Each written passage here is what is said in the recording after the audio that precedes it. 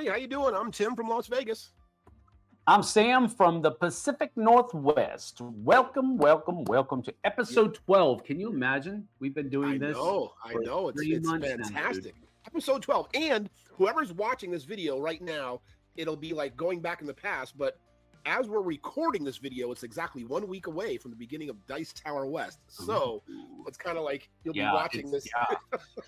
This will be going up, I think, the week after, like the Monday after it's over. I think that's when this is going up. So yeah, we'll have a video after that. Of course, we'll tell you all about it and all the fun we had but the fun we're looking forward to right now at this moment. So how you been, Sam? You had a good week? Yes. Cannot complain at all. Been doing a lot of really cool stuff. We went to a city group at our church last night, and that was cool. We just get to sit and meet new people at the church. And when you go to a church that is, well, first of all, I grew up in churches that were pretty small, like maybe at most 300-400 people. And the church that we go to now is in the couple of thousands. And so when you go to a church that's big, it's really hard to kind of make connections with everybody, because you could go to a service and you only see a third of the people that actually call that church home. So what we do is to kind of combat that feeling of disconnect. We have these things called city groups, where groups of people meet in homes around the valley together. Some churches call them small groups, whatever. And so we got to do that last night, and it's really fun. We come together, we eat, we talk, and we study a little bit of what the sermon talked about on Sunday. And we did that last night. That was a cool thing. It's always fun to meet new people and to share and share our stories with them. They share their stories with us. So that's been really fun. We had a couple of people over this past weekend, a couple of families over to our house. We actually hosted a board game event at Steamers, our local coffee shop here, on Friday. And we were not able to get one scheduled at our church on Saturday like we normally like to. And so some of the people that come to our Steamers West, they're from out of town, so they come and they stay overnight and then they go back home the next day.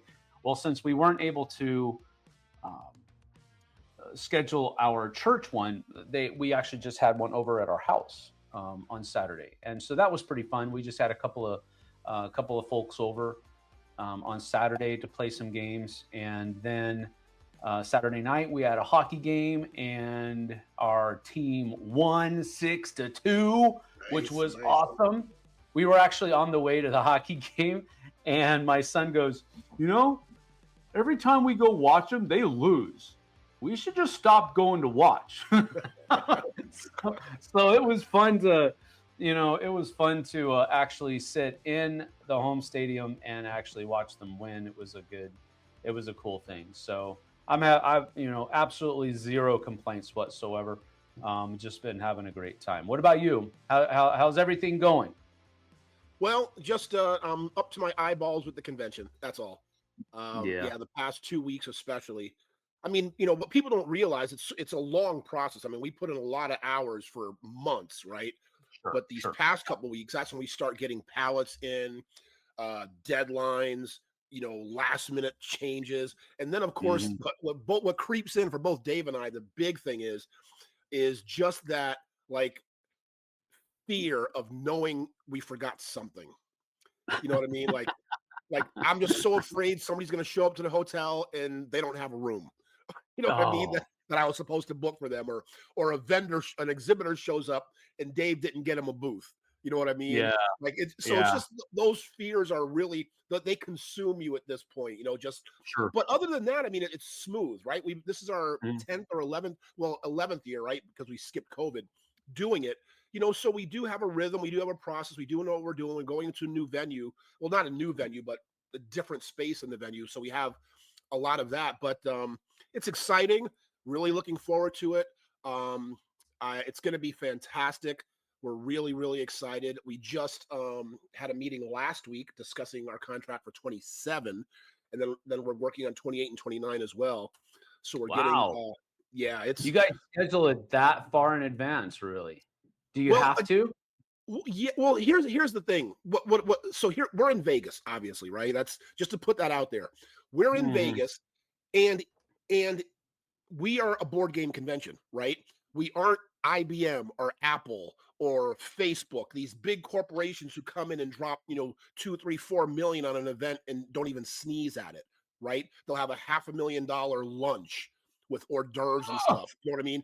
Like, so that's who our competition is. So with that being said, yes, we have to try to get whatever we can because we're just not attractive to hotels, right? I for one want to see the day where the Dice Tower goes toe to toe with IBM. I want to see that happen. but here's the big thing also, Sam, what people don't realize is because Vegas survives on discretionary spending, right? It's the gambling and it's food and beverage and drinks, right? And the truth of the matter is, our people, even me, right, who when we come to a board game convention, we just want to come and sit on our butts at the same table and play games the whole time. We aren't. Well, when you put it that way, Tim, gosh, that's what it is, right? That's what we do. We aren't dropping money in the slot machines or at the tables. We aren't out drinking, spending money on food and beverage. We aren't. As a matter of fact, at the Rio last year, they were so upset with me because I have signs that say no alcohol allowed in gaming areas, and the actual director came down to me and he's like, did you talk to them about that? Did they approve that? Like, you're not letting people, because that's a huge revenue for them, right? So it's really weird. And let's just be honest, the people who are drinking aren't making as good decisions, so that feeds back into the gambling part of it. There you go. But no, life is good. Like you said, the same thing with you. I'm happy. I'm feeling good. I'll not be getting a whole lot of sleep next week, so I got to catch up on it now. But I'm really looking forward to it. So yeah, and it's beautiful, man. Let me tell you, Sam, it is short weather out there. It is fantastic. Oh, so anybody coming to Vegas, I think it's going to be the same. You're going to love it. Weather's beautiful. Yeah, let's see. Today here in the Pacific Northwest, our high is 47 degrees, which is quite balmy, and our low is a mild 32 degrees.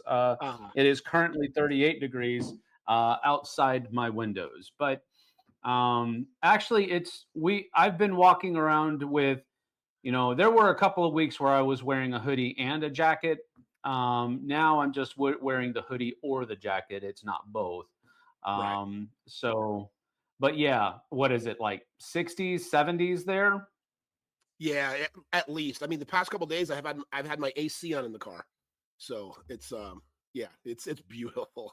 It's absolutely beautiful. Come on. Okay, well, all right. It's February. Okay, that's valid. That's valid. It's absolutely beautiful. But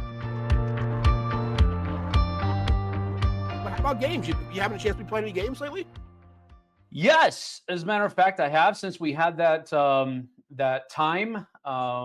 Basically, we hosted 2 game days back to back, Friday and Saturday this weekend. I was able to get a good number of games played.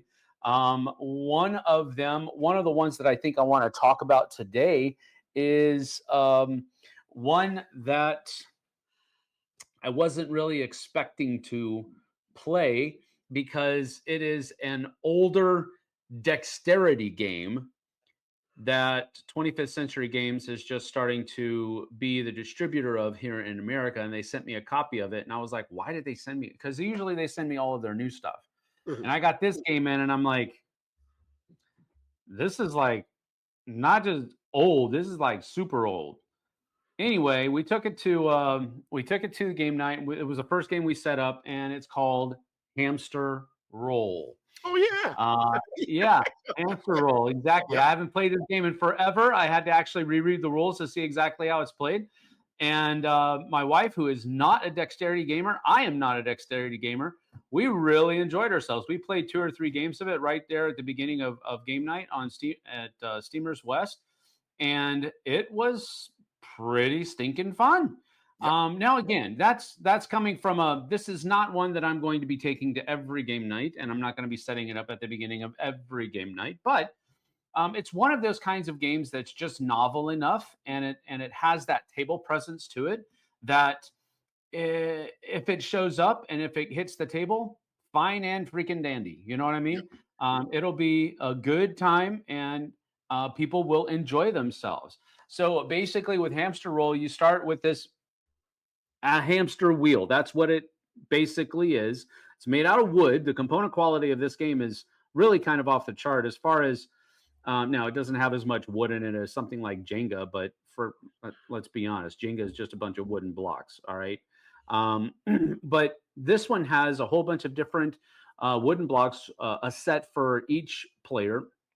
You can play teams, you can play individually, whatever. But this big, huge hamster wheel roll has a whole bunch of little black pegs inside of it that are different shapes, and those are basically ledges upon which you have to place your pieces. And the point of the game is to be the first person to get rid of all of their pieces. But they're all different shapes, they're all different lengths and sizes, and even weights, really, because the larger the piece of wood, the heavier it is.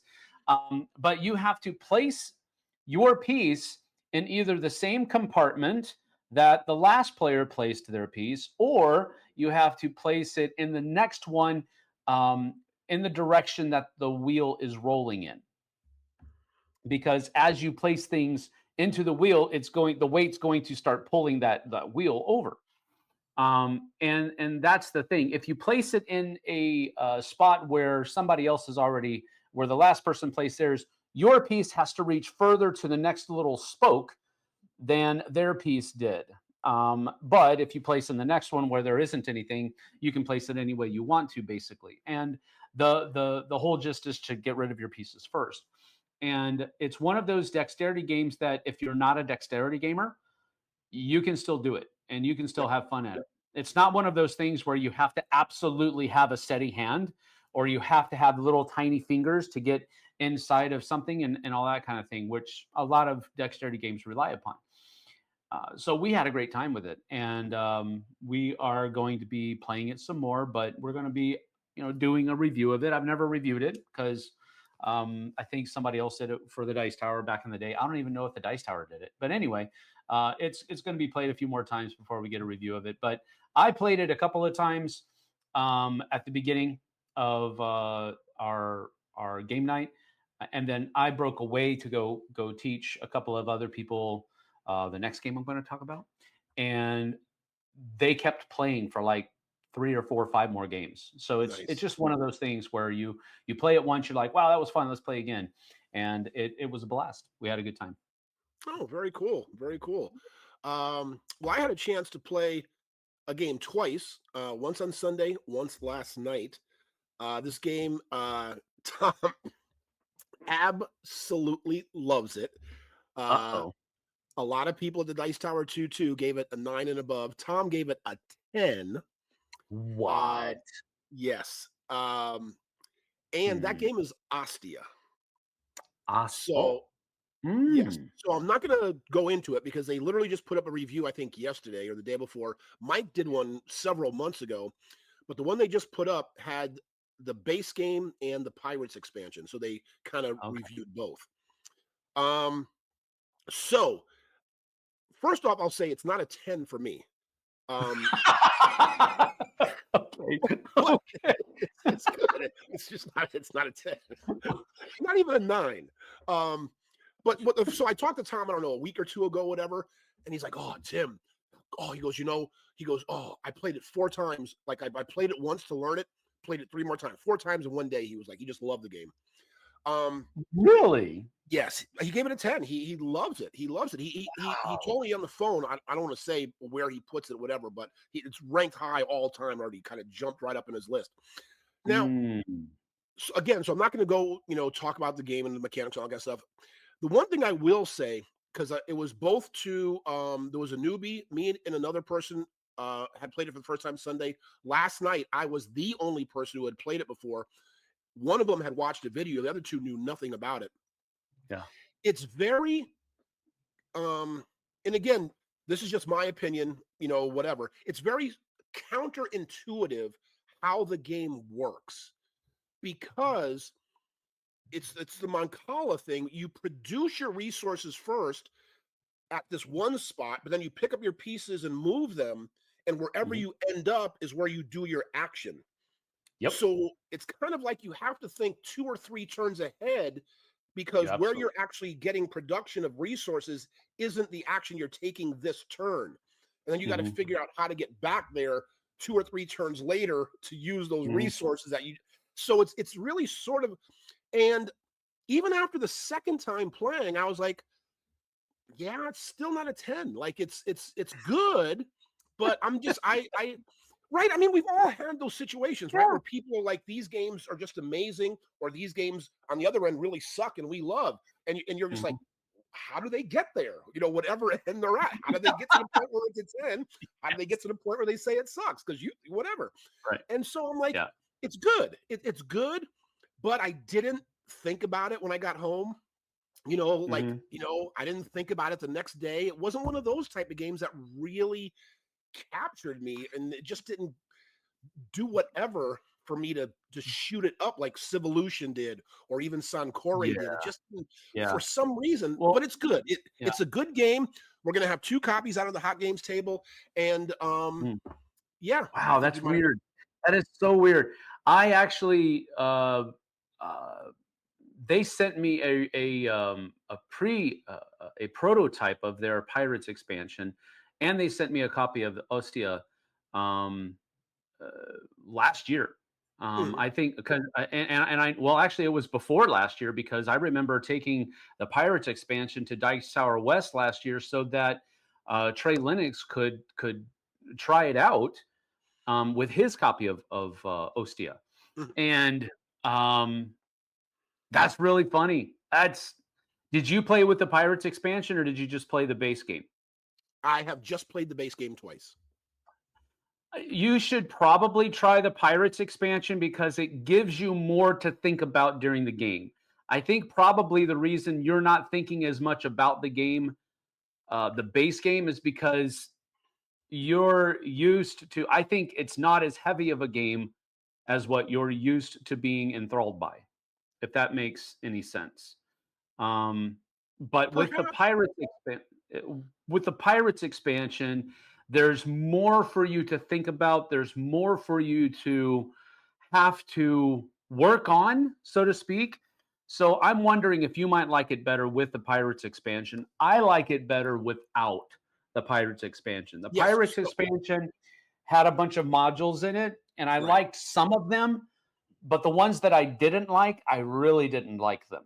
Right. So with the review for Dice Tower, like I said, Tom gave it a 10. It was I saw it with Mike and Joey, and I think all of them gave the expansion like a 6 or a 6.5. Yeah. And Mike even said, I'm sorry if I'm misquoting him, but I'm pretty sure he said that the Pirates expansion makes it an entirely different experience than just the base game.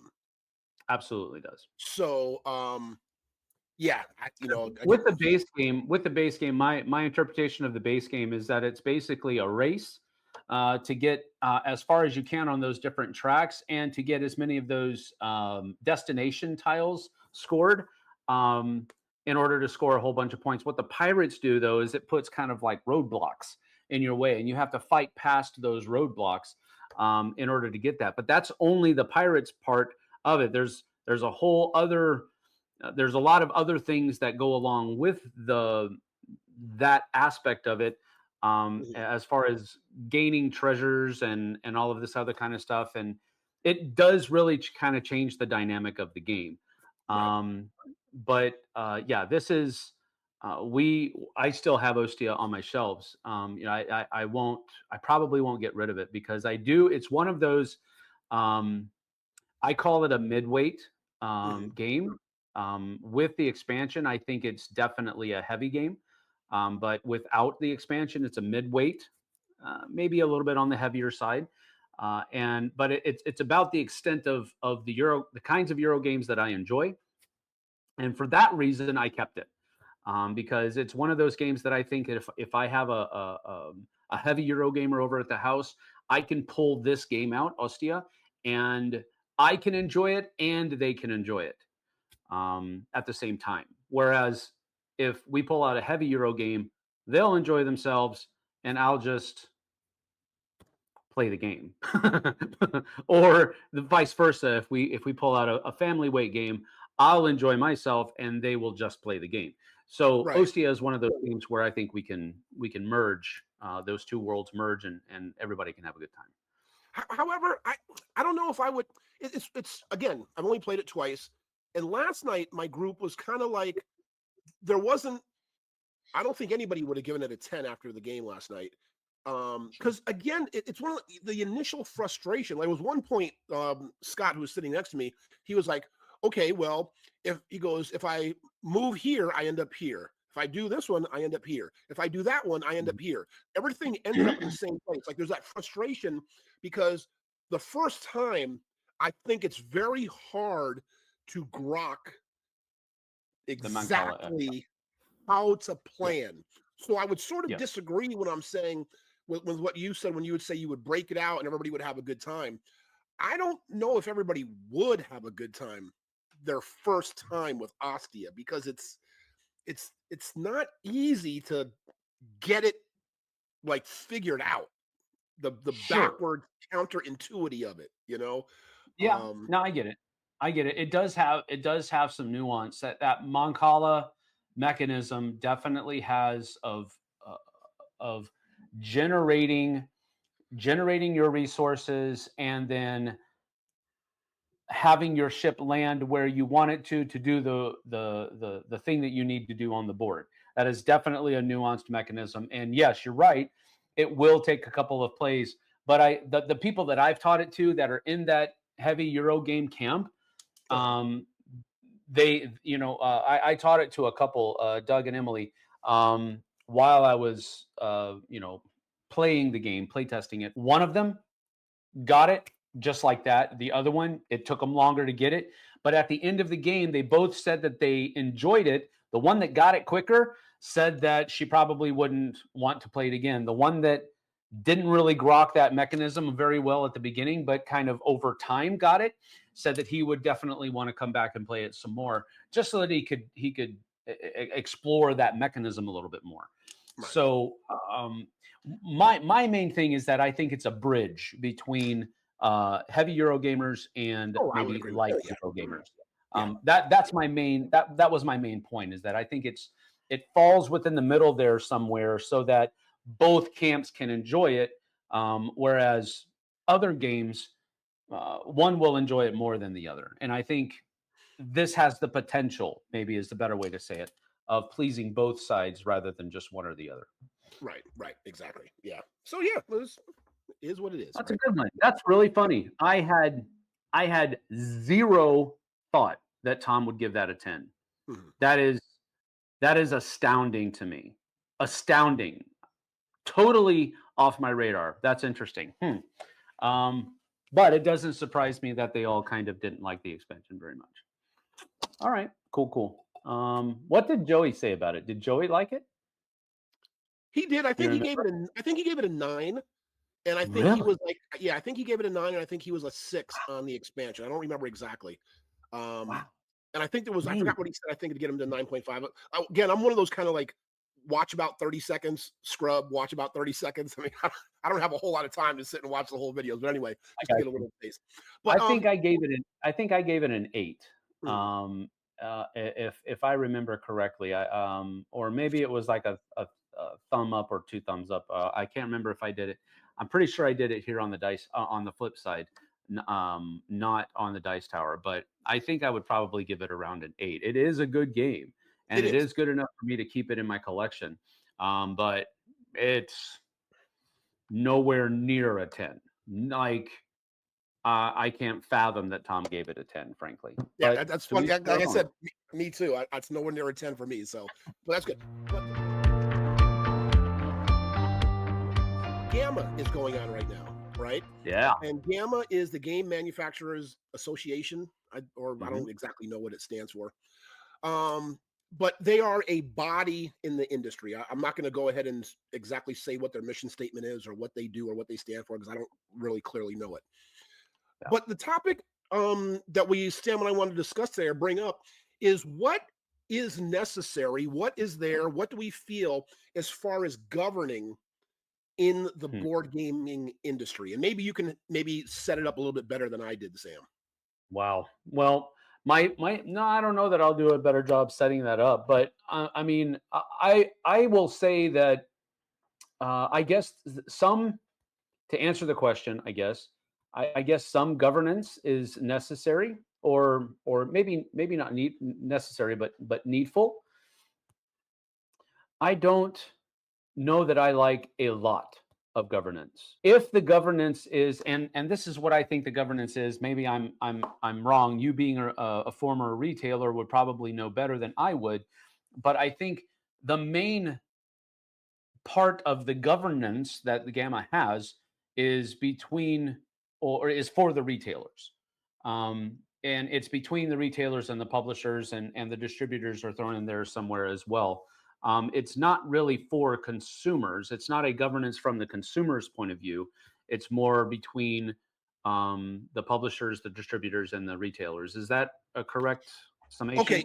Well, yes, but let me just stipulate, just to be clear. When we say governance, right, it's not like there's a governing body, right? You can be a retail store and never even heard of Gamma, and you could be successful going to do. So yeah. when we say governance, just to be clear to the audience, we don't mean they have any power or governing body over the industry. We're just talking about whatever we're talking. Like I said, that's I don't know if I've clarified exactly what we're trying to say. But yes, I think what you said is correct about what Gamma they are with the retailers, and mostly I think with the retailers, and then they bring the distributors, publishers, and then they've added content creators and things like that into the fold also.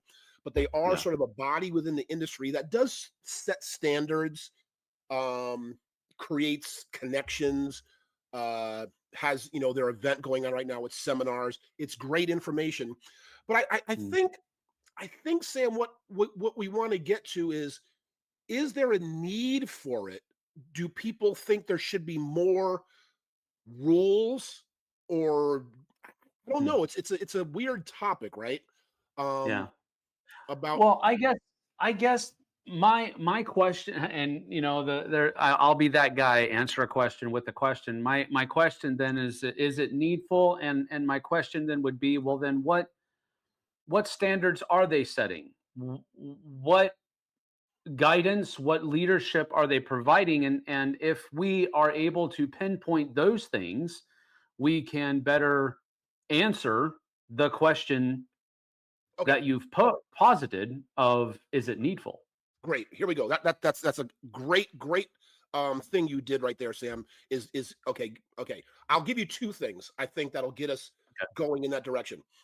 All right. Say, for example, big topics right now in board gaming, at least in my opinion, that I've heard, two really big topics are AI art and sustainability. Okay. So, they're talking about, like, this is going to be sort of in the past, like full shrink wrap, right? They're going to try to get away with that. And instead, where a box on the edges, they're going to have like a little circle, you know what I mean, with the little tab. So they're not doing plastic. Absolutely. And what do they call them? I absolutely hate that. That's all I wanted to say. The circle tab. It leaves a residue on the box, and that residue attracts all kinds of dirt, and I hate that. I really do. So just wanted to say that. Move on. Right. Okay. But that is just the thing coming up with the sustainability issue, right? And then AI art, there's this big thing people, because again, there's, like Vincent Dutray, and then there's, Kwanji and Peter O'Toole, not Peter O'Toole, that's the actor, Ian O'Toole. Yeah. So there's all these famous, to take away their. So again, so like you said, let's talk about those things, for instance. Like, so should there be an industry standard or a governing body or some kind of voice that leads us in a direction about, hey, okay, AI art is not good, sustainability is not good, or is it up to the consumers, the people, to dictate what the industry standards are? I guess I'm going to fall on the side of, if that is the level of standards that they're setting, I would I would be leaning in the direction of saying that is unnecessary. If people don't like AI art in board games, they will vote themselves with their wallet, or they will, and really there's two sides of that. They will vote they don't care by purchasing those products, or they will vote this is wrong, I don't like it, by not purchasing those things. But if a publisher uses AI art, um, and people buy that product, that's a vote. You're voting with your wallet at that point. Do I need a governing body to tell me that the game that I just purchased should not have been purchased? Nope, I don't. Right. I don't need that at all. Because what you're basically doing is, in a way, in a sense, you are taking your morals, if I can go this far, and saying that I need to accept those morals as what is right and wrong. And I don't think that's necessary in the board game industry. Right, Now, right, right, right. And again, Sam, sorry, right, just to right, interrupt you. I just want to make sure I put that disclaimer out there that sure, folks, we're not trying to say that there should be, right? We just want to make sure everybody understands that. We're not yeah, saying that we think there should be a body that does tell you what to do or not to do. We're just sure, posing sure, the question of whether or yeah. not it's sorry, Sam. I just wanted to throw that in there. Yeah. It might be a little strange, but we're actually just having a conversation. There you go. We are.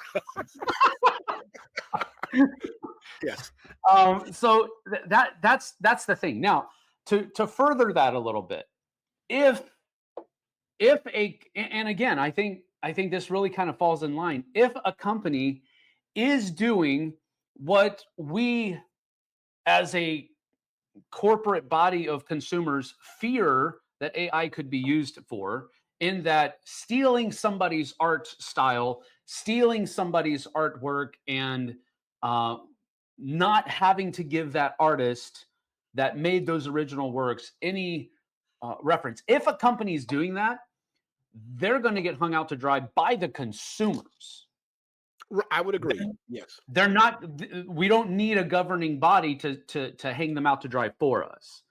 We're going to do that as the consumers, as the content creators, as the people that are already in there. So we don't need a governing body saying that, hey, this is the standard that everybody needs to live by, because those people who are using AI for ill-gotten gains, they're going to get crucified for it. So Yeah. I think the consumer body as a whole is a self-governing entity at that point. We don't need um, anything. We don't need an organization telling us that that's wrong. Correct. That makes sense. But I guess, and I hate to sort of bring up sort of a bigger topic, right? Because, I guess Sure. pushing the goalpost or whatever they say. But it's Mm, one of those kind of things where it's like, okay, Leonardo da Vinci, right? Drew by candlelight and painted mm, by candlelight with oils on canvas, blah, blah, blah.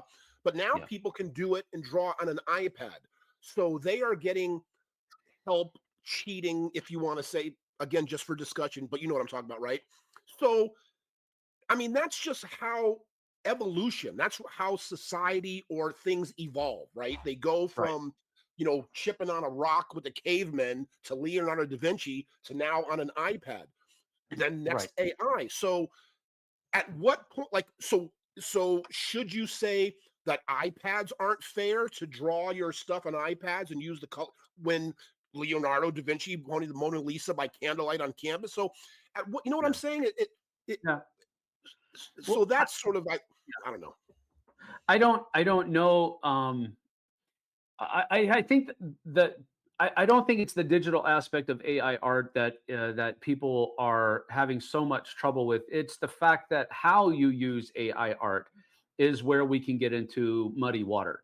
Um, and the fact that, and again, I don't have an exhaustive understanding or knowledge about artificial intelligence and exactly how it works or anything like that. But my general knowledge of it is that AI is only as smart as you make it. Now, you can build it to where it will go do its research on its own.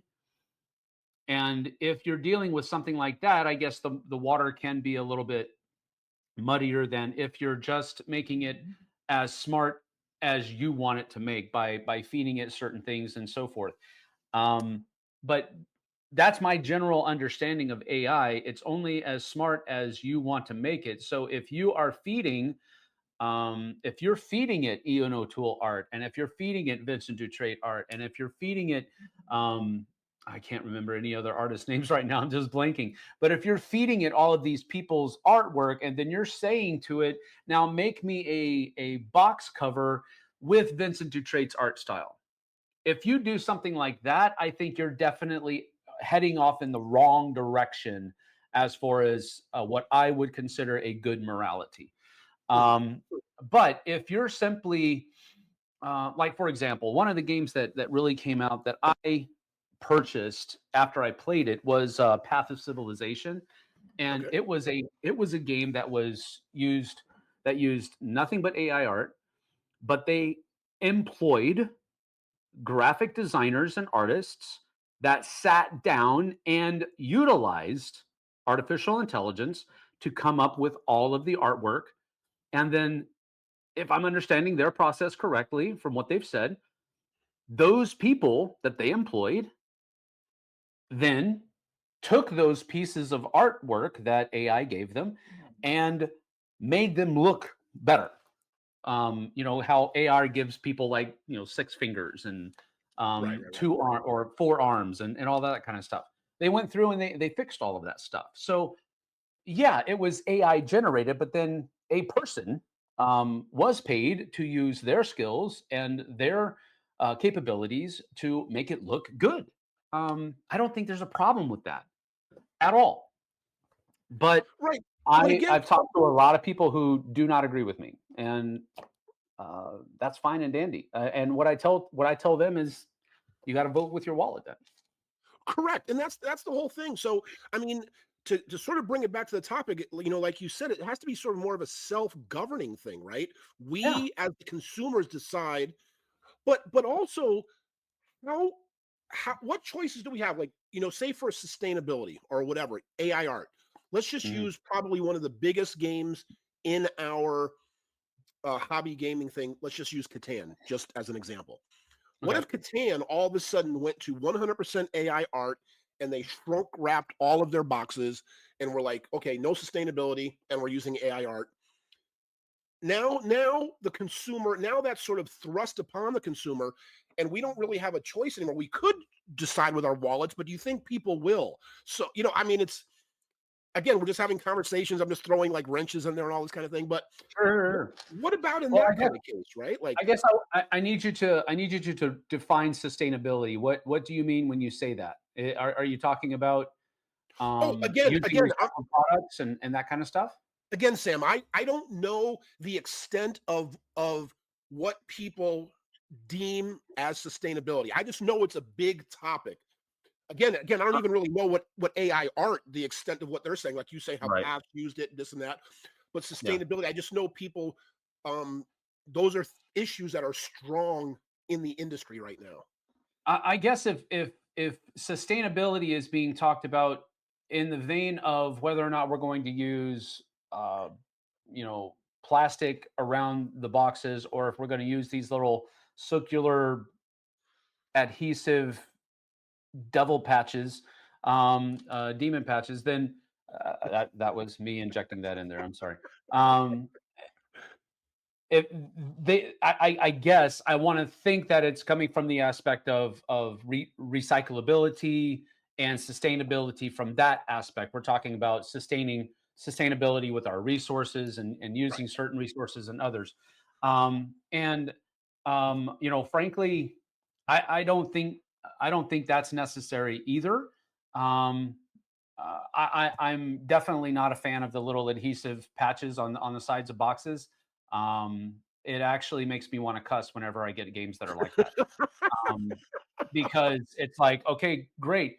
In providing me with this product, you have given my product a blemish, period, right off the bat, because now I'm going to have all of this adhesive on my box, on the cover and on the bottom, and it's not going to come off unless I do those things that you do to remove adhesive, like hot, whatever. Right. I know it will come off. I'm not saying that it won't, but you've provided a blemish for my product before I've even opened it, and that's what I don't like about them. But again, this is one of those things. If people stop using those little circular adhesive pads and they go back to putting plastic wrap around the games, is that going to make magically more people buy their product? No, it's not. Is it going to make more people magically buy their product less? Absolutely not, because the hype train is going to keep rolling, and people who have FOMO, which is, people will, because we have projected a negative slant onto FOMO, the fear of missing out, people will say that they don't experience it. They're lying. They always do, because the hype train is real. When that new game starts being talked about, everybody wants it. Everybody's experiencing fear of missing out. Everybody's experiencing it. That's a natural thing. You have to personally combat that and find out where your line is. I can't tell you where your line is, because there's too many different variables that go into that decision. So I don't think that I need a governing body that says publishers should use these little circular adhesive demon patches. And if they don't, then they're wrong, and we should start boycotting them. Why? That doesn't make any sense to me. But now, where I do think, and if I can maybe guide the conversation back this way, where I do want governance is in between the retailers and the publishers and the distributors. That's absolutely where I want governance. In the idea of how much retailers have to pay for their games, the percentages that they have to pay for their products. That's where I would rather have the governance. I don't care about the morality, so to speak, of all of these two things that you brought up. There's probably more than that, but because I can make my own decision on that. But I think where the governance might be a little bit more needful is between my friendly local game store and the the distribution juggernauts that are out there. I would rather have a governing body in between David and Goliath, quite frankly. Well, the truth of the matter is that you're right. That would be good, but it just doesn't exist, right? It's a free market society. And I know for a fact, when I owned a retail store, that I didn't get as good a rate as the bigger stores, because they buy volume, so they're able to get product a lot cheaper than me. So I mean, I guess there is a standard, but you just have to reach certain levels before you're able to get cheaper product or more product, or the pre-leases and all that kind of stuff. So that happens too. But also about sustainability, I just want to throw in real quick. So my game group that I play with, one of my game groups that I play with, like last night. So I'm getting Galactic Cruise for Dice Tower West. And the other three also kickstarted it. And I'm like, okay, well, talking about sustainability and FOMO, like you had talked about too, why are 4 people who are in the same gaming group buying the same game? That doesn't help with sustainability. We only need one cut, right? Because we can, right? You see what I mean? Yeah. So there's a whole lot into this, but I think, Sam, to bring this all back, and I think you definitely said it the correct way, is it's up to the consumer, us, about self-governing. We need to dictate where the industry goes, how the industry goes. And unfortunately, like I said, with just that example with Galactic Cruise, or you said about FOMO and all this kind of stuff, unfortunately, we're bad at it. Right? Because we want our stuff. Correct, because we want our stuff. And I don't think whether it's AI art, whether it's sustainability with all that kind of stuff, I just, like you said, I don't think it's going to make much of a difference because we are our own worst enemies. Yes, you're going to have the core, 50, 20, 100 people, whatever, who are going to say sustainability, no AI, but that's not going to stop the sales of the game. There's still, Nope. those other, right? So Yep. it's up to us. I know it sounds cliche, but it does come down to you.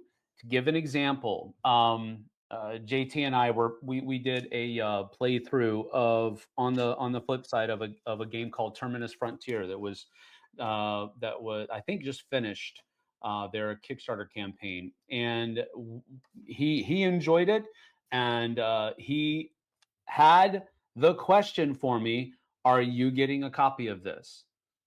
And I said, I don't know. They mentioned that as a possibility, as a thank you, but I don't know. And he said, because I'm looking into it, if you're going to get a copy, I'm not going to get a copy of it because we literally live 10 minutes away from each other, and we both have that um, relationship to where if he wants to borrow one of my games, no questions need to be Right, right, asked right. other than, hey, can I come pick up that game? And I have the same ability with him. So we both don't need to get every game. Are there some games in my collection that are in his? Yes, there are, because life can happen and we may not always be in the same areas. And I understand that to a T, but that's the kinds of conversations that people in game groups need to have. Hey, if Yeah, you're getting this, I'm going to hold back. If you are really, um, if you're really concerned about the environment, and if you're really concerned about sustainability, and if you're really concerned about recycling and all of that kind of stuff, those are the kinds of conversations you have to have. Because, quite yep, frankly, if you two are the only ones that are going to be playing that game in your game group, why do both of you need to own it? right. There's no need for it, because you're both going to be here. Now, what if somebody moves away? Okay, well, at that point, now you want to look at it. Now you want to look at purchasing that game. But if you're both in the same game group and you two are the only ones, or you four are the only ones that are probably going to play this game together, there's absolutely zero need for all four of you to purchase That it. is that is absolutely correct. And people, again, they don't have those conversations with themselves because I used to have this argument all the time or discussion with people about, say, pandemic legacy, right? They Mhm. would say to themselves, "Oh, I'm not going to go pay $100 for a game, that I only go through play one time." And then I would have to go through the whole thing. I would like, look, it's 12 months, 2 games each month. That's a potential 24 times you can play this game. What's your Yep. most played game? Settlers of Catan? Do you think How many since you guys? bought that game, you've played that 24 times? Right? Yeah. So they can't Right. sometimes equate that. And the same thing, like you're saying about, having, justifying having a copy when 3 other people in your same game group have the same copy and Yep. they need to. So again, I think we're in agreement with this sort of discussion. Is I think it's on us. It's on the Yeah. consumer. It's on the Yes. self-governing that we have to understand. Hey, yes, we have FOMO. Yes, we have this. Yes, we have that. If we want to do sustainability, we don't need to have that many copies. If we want to do, we don't like AI art. Maybe we shouldn't buy that game. You can maybe still Mm. play it, but maybe for your own personal protest or whatever, not to support it. Don't buy the game, whatever.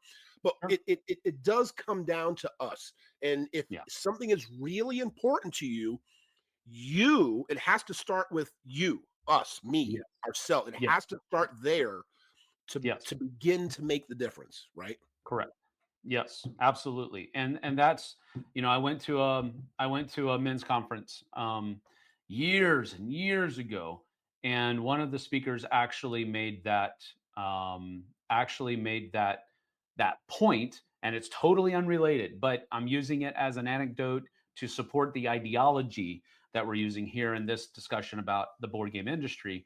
And it basically, I'll paraphrase. He said that if we want better countries, we need better states. If we want a better America, we need better states. If we want better states, we have to have better counties. If we want better counties, we have to have better cities. If we want better cities, we have to have better neighborhoods. If we want better neighborhoods, we have to have better families. And if we want better families, we need better men. That was the idea. So it was like you're boiling everything down to, oh, I have an individual responsibility to make the right decision. That's what Yeah. it boils down to.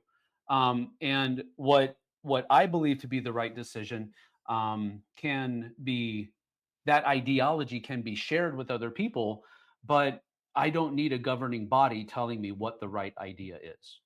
Right. And if that's what gamma is, then I would say it's largely unnecessary. I don't think that's all it is.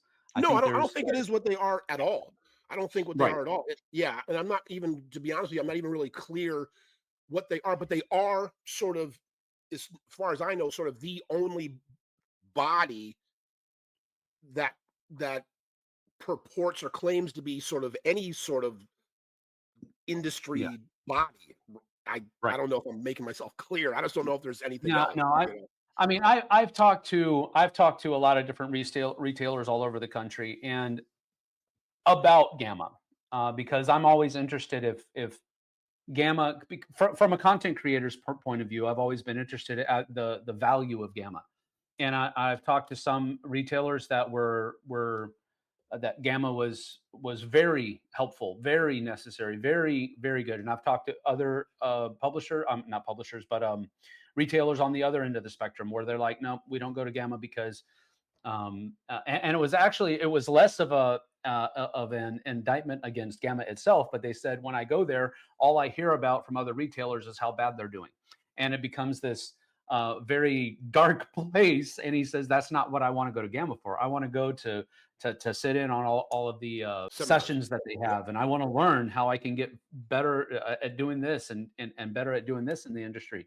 And I don't need all of the negativity that I get from the other retailers. So it's actually kind of an interesting thing when you delve into it. But yeah, I think that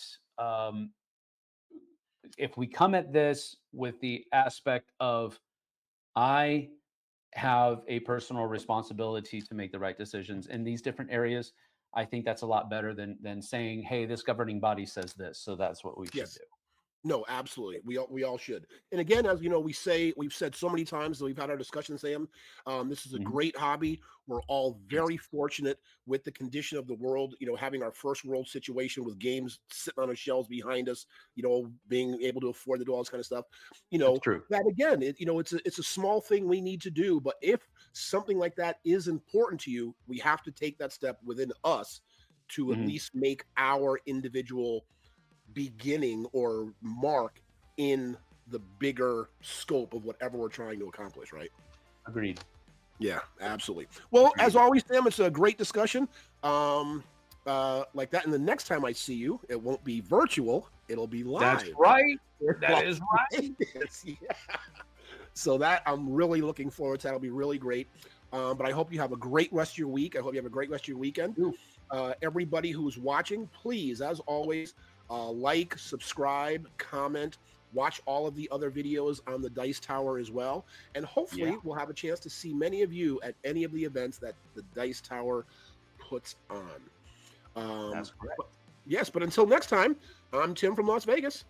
And I'm Sam from the Pacific Northwest. See you guys and gals on the flip side. Bye, everybody.